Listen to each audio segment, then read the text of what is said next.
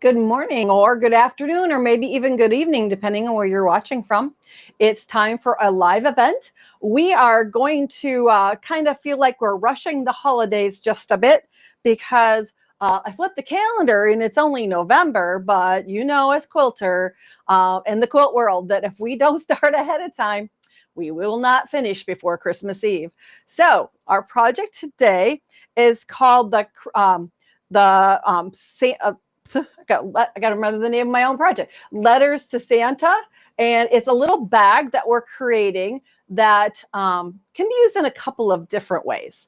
My original thought was that I would put in notepads and envelopes and fun pens and things so that my grandkids could write letters to Santa. So we've got a notepad, we've got envelopes and some fun color ink pen, and they could write letters to Santa. So it's got an opening in the very center, and then it has an opening on each side like an envelope.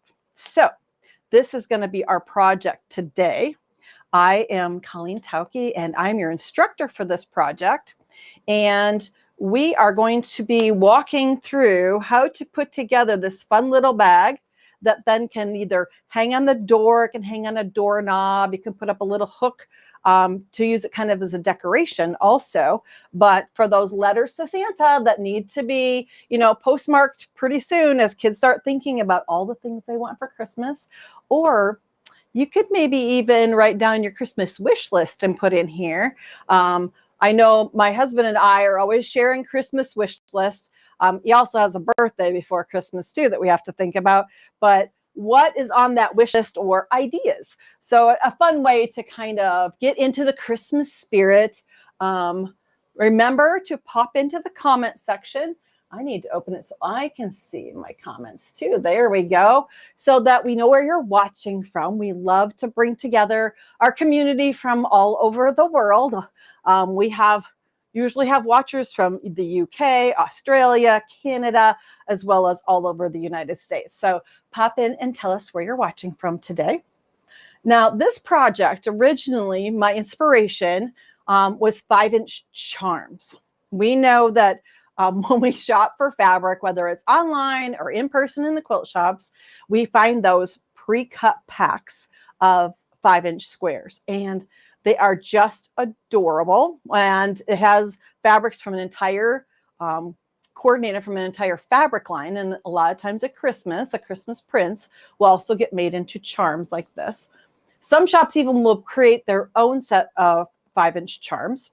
And you can use those for this project. So the math works out. So the pattern for letters to Santa, the Santa bag, will be in the comment section, and there'll be a QR code that you can follow for getting the pattern for this. But those 5-inch charms are going to be the perfect size for this. But if you're like me and you're shopping, and I always find some adorable Christmas prints, and you can see I bought yardage of these. I thought these were so fun. Kind of a really traditional Santa, that traditional Christmas candy that I'm not even sure I like, but I like the looks of it. And it reminds me, this ribbon candy especially reminds me of the 70s and the late 60s. A fun Christmas tree cutout design. And then I coordinated, since I had these in my stash, I went through and I coordinated, you know me, if you watch it all, stripes and a plaid. How much fun is a stripe or a plaid to put into a project, just to kind of create motion so that your eye kind of jumps around. Let's see, Kelly from Arizona says hello. We've got Susan saying good morning from Kansas. Lisa from Wisconsin. We are so glad that you're joining in. Terry says hello. Love this bag. Would not use it for Santa letters, but was thinking it might be useful for my smaller rulers for traveling. That's a great idea too, because it's got extra pouches and it will protect our rulers from being damaged on the corners, or to scrape, if they scrape on the back, to remove any of the lines. Because when we put those smaller rulers into a big carry-on or a big bag, we're always worried about they're going to shift around and the corners are going to get digged. Perfect use. You can shift it from Christmas fabric to sewing prints or your favorite colorway to make a ruler bag. That's a really great inspiration. I love when I give you an idea and you all just take it and run with it a million different directions. That's fabulous.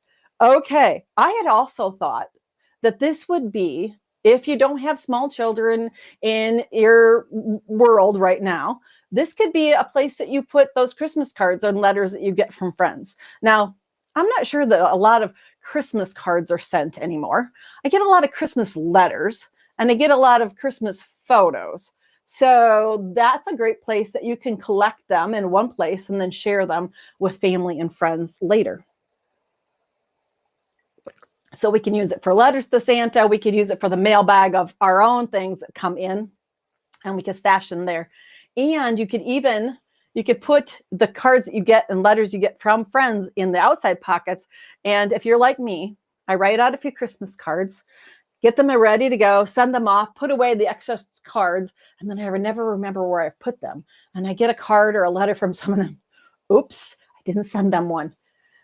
Put a few extra cards in the middle with their envelope. And then if one comes in at the last minute, you've got the card in the envelope to send one in return without having to go look for the leftover cards that you stashed someplace, but you don't remember where you stashed them. So keep them right handy, close at hand to use. Sylvia says, hello from Michigan.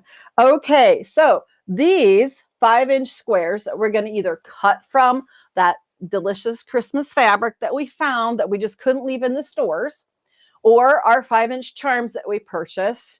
We're going to be using 25 of them for our project. And I've got a project in one joined together as a top. So I'll bring that over so you can see. I've arranged, in my original, I just kind of randomly put my blocks together. I just kind of scattered my reds and greens, but another way to approach it might be to make diagonal rows of different fabrics. And I didn't use as many in this one, but I did get my stripe in there. So we're going to create, or not 25, we're going to do 4 by 4. Oh, I didn't actually put this together right. I need 5 by 5. Okay, this is going to be a little smaller in order to fit it into the camera picture. That's what I was doing. So the original pattern calls for 5 across and 5 rows. I've got 4 by 4. That's another option. As long as your project is square, when you start, you can create a bag this way. Now, some of you might look at this design and say, that looks a little familiar. Quite a few years ago, I don't remember exactly when, this idea came about using just a simple 10.5-inch square fabric. And it was whole cloth, so that you use 2 prints. There's one on the inside, one on the outside, and it's not pieced. This is one 10.5-inch square. And the same stitching and manipulation happens on this as what we're going to do on our bag. So if you want to make a little pouch, maybe for earbuds, a charging cord, those kinds of things, or if you want to use it for even like a little wallet, the 10.5-inch square option would work also. So that was my inspiration jumping off point. Sandy says, hello from Austria. I love that we have our international quilters. Bridget from Belgium, that's right. And Denise says hello from Johannesburg. And let's see, Sandy says hello. Oh, no, I'm sorry. Nancy says hello from Tucson, Arizona. We are glad that you're joining. So the original 5 by 5, so 5 squares across, uses 25 squares. My little sample here is 4 by 4 using 16 squares. We'll see what size this one finishes out so you can maybe pick up an option. So make sure you make a note someplace that the sample that I'm working on is only 4 by 4. It uses 16 squares, and that the original is 5 by 5, okay? So that you don't get confused. The idea is that we're making a square. And the fun part of using all the different fabrics involved in the kind of the Christmas genre of fabrics. Now, when I was putting this together, my original bag, I decided that I would try something different. be outside your comfort zone. I tend to be a person who presses my seam allowances to one side. And in this instance, I wanted my bag to not have any bulky spots in it, which really does reduce the bulk and the kind of the intersection. It kind of just spreads out the thickness, because yes, you're still going to have seam allowances that are going to double up, but I pressed all my seam allowances open for something different. And it does take a little bit more time. And a case like this where the bag isn't going to take stress like a quilt on a bed, pressing seams open doesn't mean that you're going to have a weaker seam or anything. But I tried it out just to see, because I know I have quilters talk about it all the time. And I'm 50-50. There may be times when I decide that pressing open is good, and I'll let you know about it when I try that out. But so in this case, all my seam allowances are pressed open. Whether you do a random placement of your pieces or you do a very planned placement of your design, quilter's choice on how you want to do that. Deb says, good morning from Pennsylvania. And we've got Linda popping in from Savannah, Georgia. We are glad that you're joining in. Okay. Now, once you get to your piecing done, you've got two options. My original bag just has a stabilizer inside of it. And at this point, that's where I put interfacing. It's a fairly firm interfacing, fusible interfacing on the backside of my piecing so that it has more structure to it. If you like the quilty look, I've given those instructions also. And I'm just going to walk you through real quick if you want that more structured look, it's in step 2. So we're going to take a little step away from our bag here. This one is just a top fabric and inside fabric. You put batting in the layers, just like you're making a little mini quilt. You quilt it, and then you bind it. And this is a good place if you are still practicing. Hopefully you've been practicing your machine quilting skills. This is a good place to practice. Maybe you want to learn to do a little tighter meander or a tighter design, a little closer kind of quilting. This is a really good place on something small that's easy to maneuver under the machine. It's a great way to practice your machine quilting. So a small little bag like this, the two 10.5-inch squares, your batting layer, put them together, machine quilt the entire square, and then put binding on it, just like it's a large hot pad or a oversized mug mat, okay? And at that point, then stop, because we're going to do the folding, but I need to catch you up on this one. This one is done just a little bit different. I'm kind of giving you a 2-for-1 here. In this one, I didn't want the extra bulk of the batting. I wanted to try it out without that. So I have my backing fabric, which ends up being the interior of my bag. And I have not quilted this yet. That's intentional. I'm going to place my right sides together with my patchwork top. And then I'm going to stitch all the way around. Linda says, good morning from Karnak, Texas, I believe. Let's see. Deb from Linfield, Pennsylvania. You guys get me all over the map here today. I love that we're all joining in on our quilting Christmas adventures. The lining of the bag is just stitched to the 10-inch squares, or the 5-inch squares, so that you don't have batting in there. The stabilizer creates more body in our project, and we're just going to stitch all the way around the outside. Let's see here, quick, get this lined up. If you're a pinning kind of person, you can pin. Remember, this is, it's a Santa bag. It's not like it's heirloom patchwork. We don't have to be super, super precise on everything. I am using a 1/4-inch seam on the outer edge.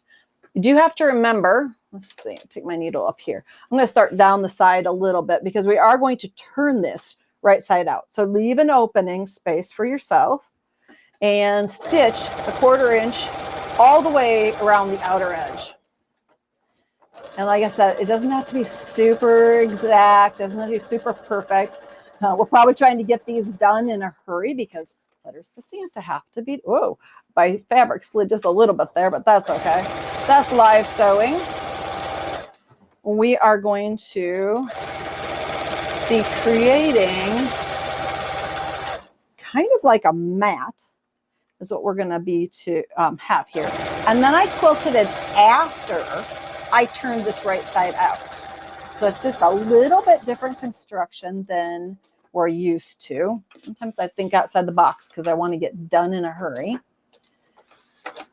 Plus, I wanted to hang this on the wall and not have on the front door as if Santa was coming.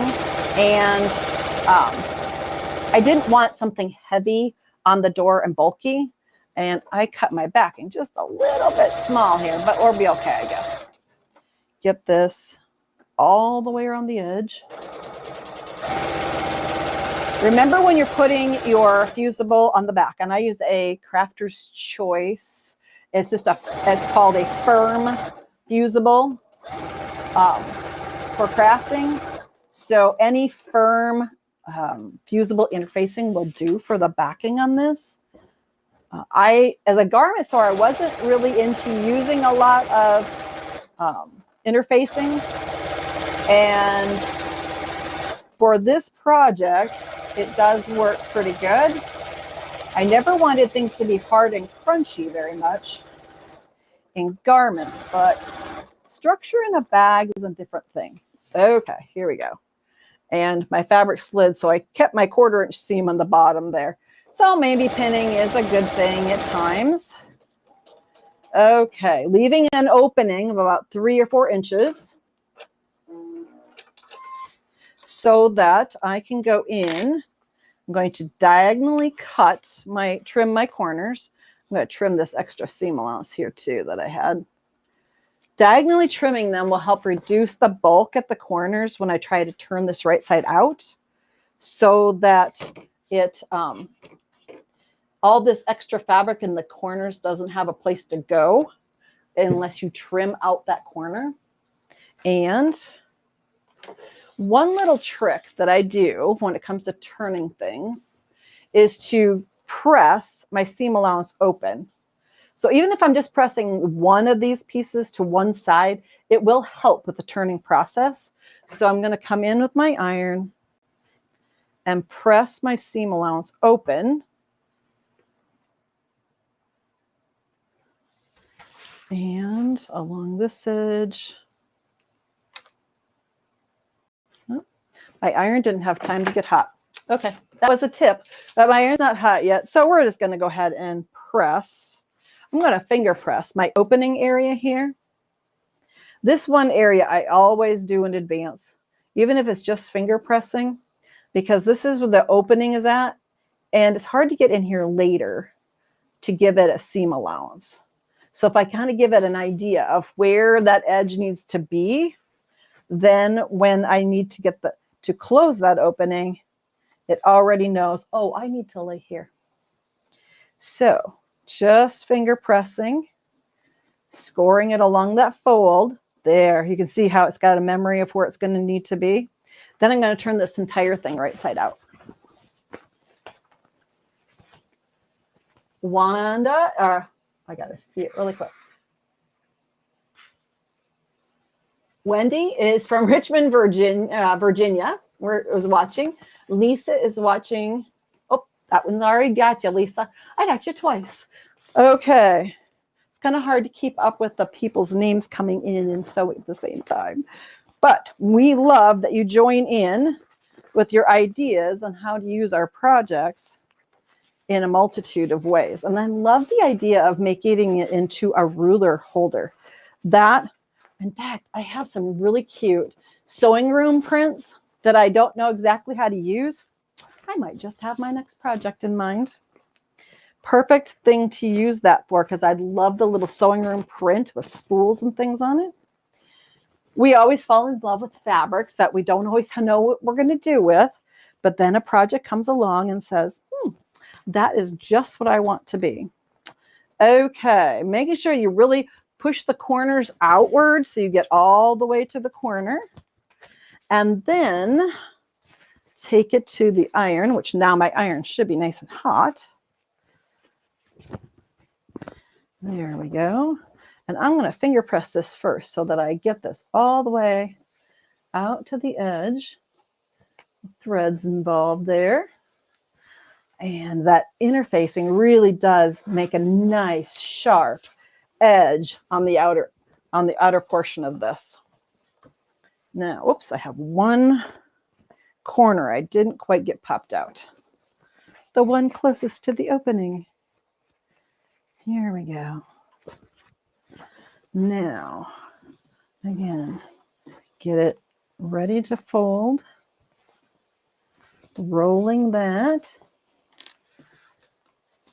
so that when I take it to the iron, it'll be ready to fold. And we do that on all four corners. Oh, my corners didn't want to stay popped out. Now I use a light color on the inside just because it's easier to see the contents on a bag if the interior is lighter color. Sometimes people prefer darker colors. They don't really want to, they think that it might get messy or dirty on the inside. Something like this isn't going to get used super heavy. So there we go. A light color fabric on the inside makes it easier to see the contents of what you have inside the bag. Now, when I was thinking about this, my grandkids would love to have stickers and markers and all kinds of wonderful things probably added to it for their letters to Santa. So that would be something else you could put into the pockets if you were giving it as a gift. And then pressing all the way around the edge is going to be important because you want to have this as flat as possible so that you can quilt the layers. You wouldn't have to quilt if you don't want to. That's always an option. And something like this could just simply be, I did a simple crosshatch on mine. I put on my walking foot and just did diagonal lines corner to corner. And then every so many, I think I did from corner to corner on each of the squares. So I just did a track all the way around in order to quilt the entire thing. So whether you want to use this as the place to do some fun machine quilting, again, you can quilt on layers without batting. That's okay. It's not a requirement that we have. This is more like what we would call a summer quilt without a heavy batting layer in between. We just have structure. On this, you might want to add just a few pins in order things don't slide. What I did is I stitched around the perimeter and then I went diagonally across the project, corner to corner. The fun part about having, if you have on your machine, on some of the newer machines, they have either a projection line or a laser line, and you can aim the laser line for the next corner that you're headed to, and you don't have to draw the lines. But a simple chalk liner, something like this, or a ceramic pencil would be the perfect thing to draw your lines so that you can quilt this. You could also just do right next to a 1/4 inch off of each of the squares if that's how you prefer to quilt it. But you decide how you want to finish your project. Once you either have your little mini quilt, quilted and bound version with batting, or you are to this step without batting, the next thing to do after you have all of your decorative part done is to fold your bag. And we have in the instructions to fold, to divide and fold it diagonally so that you have, I have to think about it now, this way. No, this way. Okay. Fold the bag pretty side, whatever you want to be the exterior, toward the inside. And you're going to measure thirds. So in this case, I need something to mark with. My finished one. Now, I didn't write down the actual number because if you quilt it with batting, it may shrink up a little bit. And if you don't use batting, it's going to be a little truer in size. So I just noted that you're going to divide this into thirds. So measure your finished diagonal. And I'm going to measure mine here quick so that I can divide it up. It's a fun number. So 25 is my number on this one because it's smaller. But you can also simply do a fold to find the thirds. You want to divide it into 3 even sections. So by doing a simple fold, I can do the same thing. So you don't have to get crazy with math if you don't want to. Or you can pull out your calculator and try to be really super exact. And then I need a ruler because my thirds are here and I need to draw stitching lines up to within about an inch and a half of the top. Now, the reason why there's a little differential in the distance from the top, if you'd like your flap to be a little longer, then only stitch up to within an inch and a half. So what we're doing is we're going to put side seams here and here, but we're going to leave a little bit at the top so that we have a flap to close our bag. So by using that marking at a third, we're going to use a ruler where we can line it up with the fold and then mark to within an inch of the top, or an inch and a half if you prefer. And the same over here. I've got this lined up with my ruler in the fold and here so that I have my stitching lines. Okay. And you would do the same thing if you were using the 10.5-inch square. But remember, divide this into 3 even sized parts. Okay. Christine from Boise, Idaho. Great project to leave to grandchildren. Gifted my oldest granddaughter her Christmas tree skirt, and now she'll get the Christmas bag. Perfect. You were just decking her out for Christmas. How wonderful to share the holidays with her.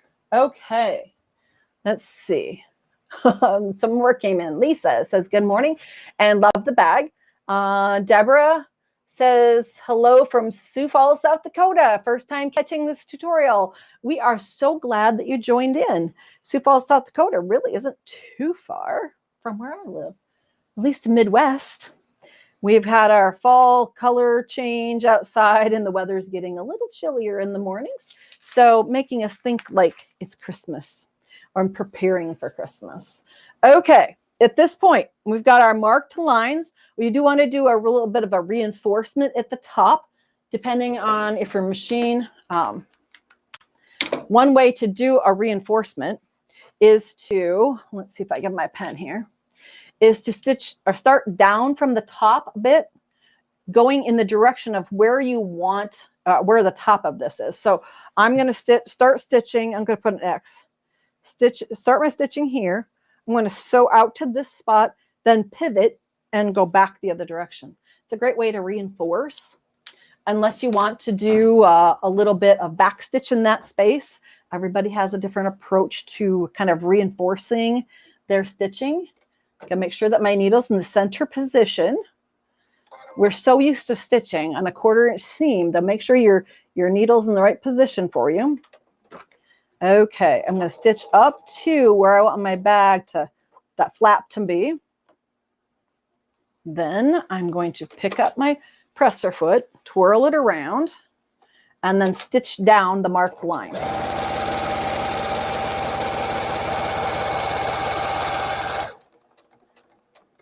And then I'm going to do the same thing on the other end. I'm going to stitch back towards the center to do that reinforce. So that's the bottom of my bag. Do that on the other side also. And about right there. And I'm doing about an inch of extra stitching here just to give that a good reinforce. From my garment days, I was always big at back stitching, but I realized back stitching can be kind of heavy and all in one spot. And if you had to take out stitching. If you had to take out stitching, it's not fun to tear out, but one little extra line of stitching isn't so bad. So that's why I've kind of picked up this idea of just turning and stitching back over where I started, because that back stitching is just, it's great in garments, just not so great in quilts. Okay. Take our directions out of the way here. Now comes the fun part. I need to trim my threads quick. Always remember to clean up as you go. Here's where the magic of this little project comes in. These outside wings are going to overlap and become the pockets on both sides of our bag. And the center is going to be the middle of our bag. Okay. So we're going to put my hand inside so I have some place to lodge, and I'm going to turn this triangle back on itself. These are such fun little bags. I remember making those small ones and thinking, I could make these all day. Okay, there's the first turn, okay? Then we're going to go to the other side, and we're going to do the same thing. Turn it back, making sure that we get all the way to the stitching. That's why you need your hand in the inside to kind of poke out that corner. Now, it's not a perfect math, okay? Just realize close counts in this thing. It's a little like horseshoes. If it's not absolute perfect, no one will know the difference, okay? Okay, here we go. Now, I've got one side, I've got the other, I've got my pieces pushed out there pretty well. I'm going to take this to the iron and give it a good press. Okay. That extra structure from the interfacing is really nice and crisp, almost like a mailing envelope. So here we go. And then I've got my pocket on one side. I do need to close this opening by hand. You can't really reach that from the machine. I apologize for that, but there's really no way to tackle it. And we've got a pocket on this side. Again, we have to close this. So this is one seam, one hand seam from here around to the point and then back up the other side. It's not a lot of hand stitching, just a little. It's okay. You can all handle it. And then once you have that stitched in place, then we're going to come in and turn down our flap for one side and then the other side. And now you see why I left that inch of space so that our flap will have a nice turn. And I'm going to give that a quick press. And it takes a little bit of heat to get through those layers. Now, how you finish your bag is totally up to you. You can embellish as much as your heart desires. On mine, I decided that I wanted some rickrack. So in the store, this is called the 1/2 inch rickrack. This is what I grew up with. The little tiny was the mini, but I never knew exactly the sizes. This I applied along the flap to identify the flap if you want. I machine stitched that in place. I used just a little bit of glue stick to hold it in place. My pieces are turned under, so they're just kind of around the corner and tucked in, machine stitched around both sides, and I did the flaps on both sides with the rickrack. You can leave that off if you prefer. I used a plastic snap for my closure, and you can use Velcro. This one's done with Velcro, hook and loop tape, Velcro tab. I placed a button on the top to cover up my, to kind of let you know that's the opening. But Velcro has worked for, I don't know, 15 years on these. So you can use hook and loop tape if you prefer, or you can use the plastic snap thing. If you've got small fingers using it, either one works. If your kid needs to work on snaps, then put a snap on it. You just pierce through the fabric with the awl that comes with it. The two little pieces of the snap fit together, and you just crush the little pin on the back, and your snap goes on perfectly. So if you have kids that need to practice snaps, that might be something. If you want to have, if you've got hook and loop tape already in your sewing studio, go for it. Use hook and loop tape. The last thing that I did, now you might be done if you're creating this to be your ruler holder for going to retreats and things. If you prefer, I did this little strap on there. The instructions tell you how long I cut my pieces. It's just 2 rectangles of fabric, right sides together. I stitched down the long sides and then turned it and top stitched it and then inserted it at an angle. So kind of think about how you want it to hang up. Insert it at an angle, and I had the flaps open when I inserted it, and I just stitched through this corner to hold the strap in place. So that can then just hook onto the door or the doorknob of the house where Santa's letters are going to be written. But if you're making it smaller like this, this is the 5x5. This happens to be 4x4, and these from 10.5-inch squares. You can create a little pouch for your letters to Santa, your Christmas cards, or whatever project you want to use it for. I guess for going to retreats, holding your ruler. This might be a great place even to be able to store your rotary cutter when you're traveling, because if you reach into your bag, you don't want to have that blade exposed. Great way to organize your crafting things. Denise says hello from Chicago. Darlene says hello from Crown Point, Indiana. And we have Michelle watching from Alberta. We are glad that you're joining in. Barbara says, good morning. Love the bag. It's exactly what my children were asking for. Are you kidding? Anxious to get started. I didn't know they were asking for it, but you know, kids come up with ideas and they spur us as quilters to create something. As I was thinking about this, I was thinking, this could even be a cute little makeup bag for travel. It could be a little bag to put all kinds of different things you want to organize when you're traveling, those small things. I'm not saying maybe jewelry, because it's not going to stay put in there, but some of those other small things, like, you know, the cords to everything that when we travel, we always have a cord bag. And if you wanted, you could add a snap in the center portion here for this to close also. So if you want to add a snap, you can easily reach the area to put a snap in the center. So each side could close and the center could also close up if you don't want something to slide out while you're traveling or taking your bag somewhere. Terry says, would you mind showing how you turn the handle right side out? I do know that the tip yet. I did not create 2 pieces to stitch as a handle, but we can do a small version here quick. Let's do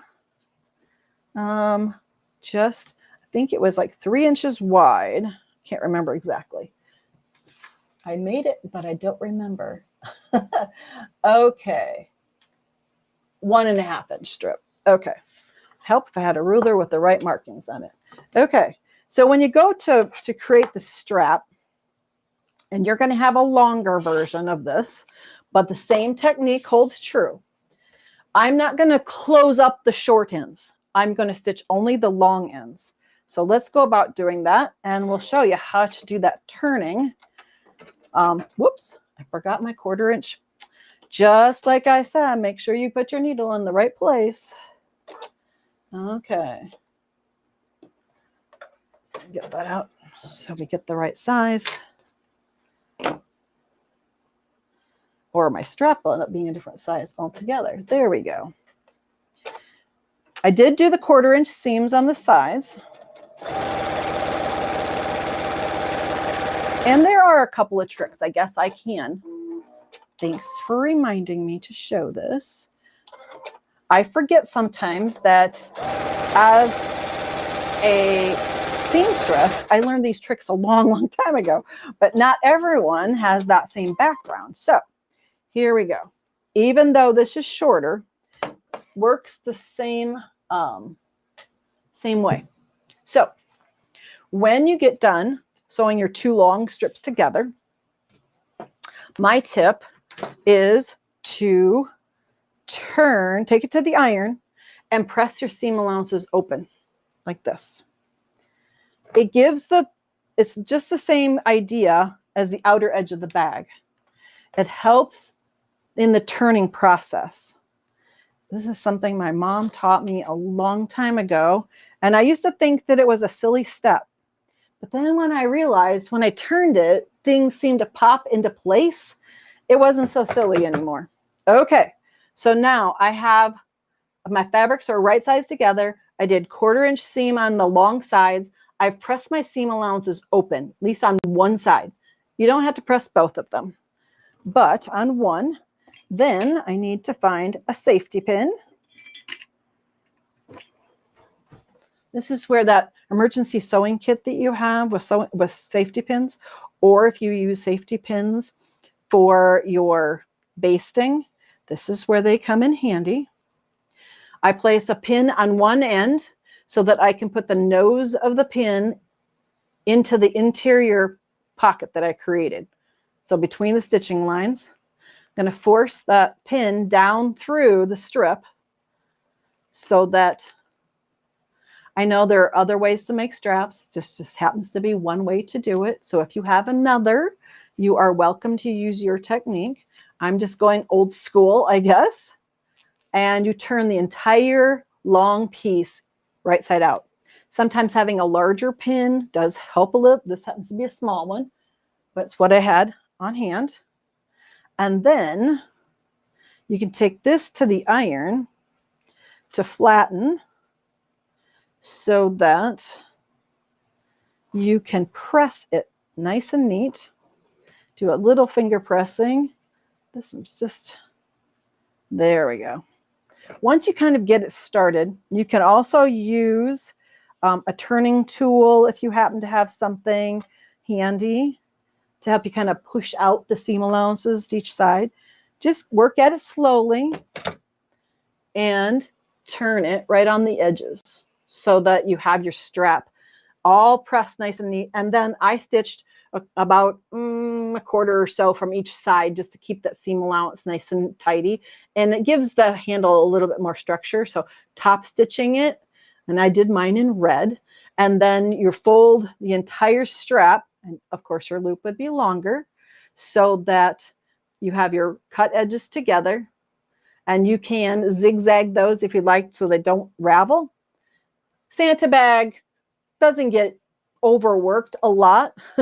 So then I inserted this inside the bag, kind of at an angle, thinking gravity is going to pull it at an angle to be interesting. Then I opened up my bag, and then I just stitched along the fold where my flap of my top of my envelope there is, stitched along that, and then the little strap would be, or long strap would be inserted. So perfect. Terry says, thank you. You're welcome. I'm glad that I made sure I would go back and hit that so that everyone would learn how to do it.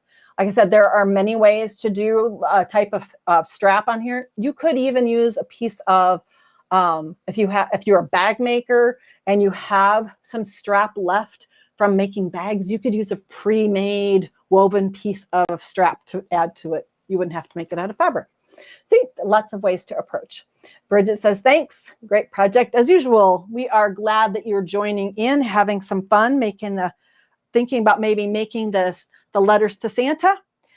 We are going to be doing at least 1 or 2 more projects, kind of Christmas related soon.